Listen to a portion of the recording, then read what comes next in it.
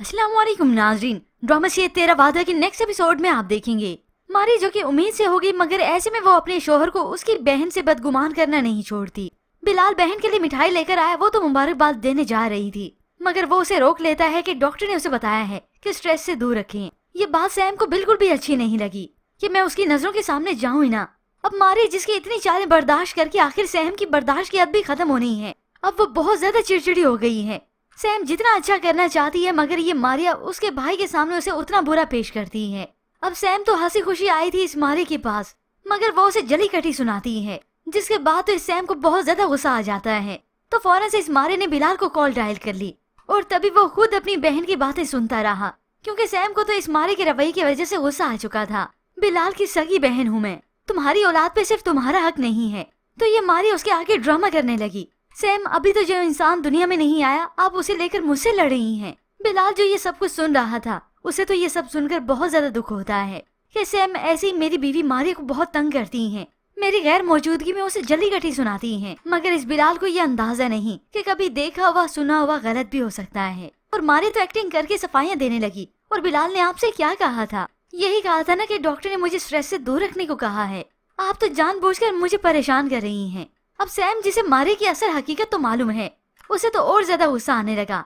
मेरे सामने मासूम बनने की जरूरत नहीं है, मुझे पता है तुम कितनी चालाक हो। तो बस फिर इस मारे का काम हो गया तमाम। सैम को तंज से मुस्कुराहट देते हुए फौरन से अपना फोन कान के साथ लगाती है। सुन रहे हो बिलाल, देखो किस तरह से सैम मुझे बातें सुनाती हैं।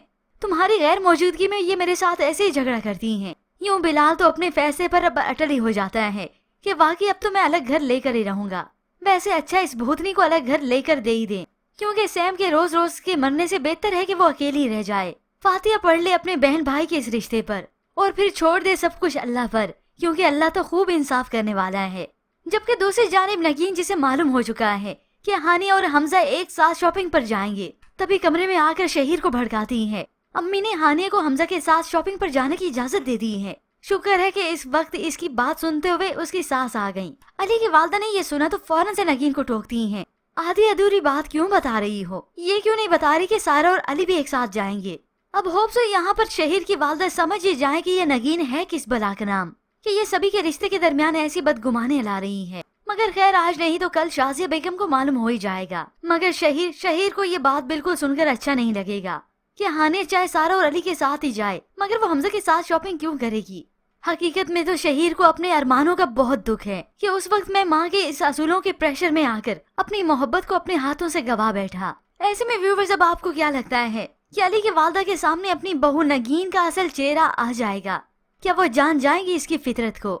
इसके मुतालिक हमें अपनी कीमती राय का इजहार जरूर कीजिएगा। मजीद ड्रामा रिव्यूज के लिए आप देखते रहिए उर्दू टीवी।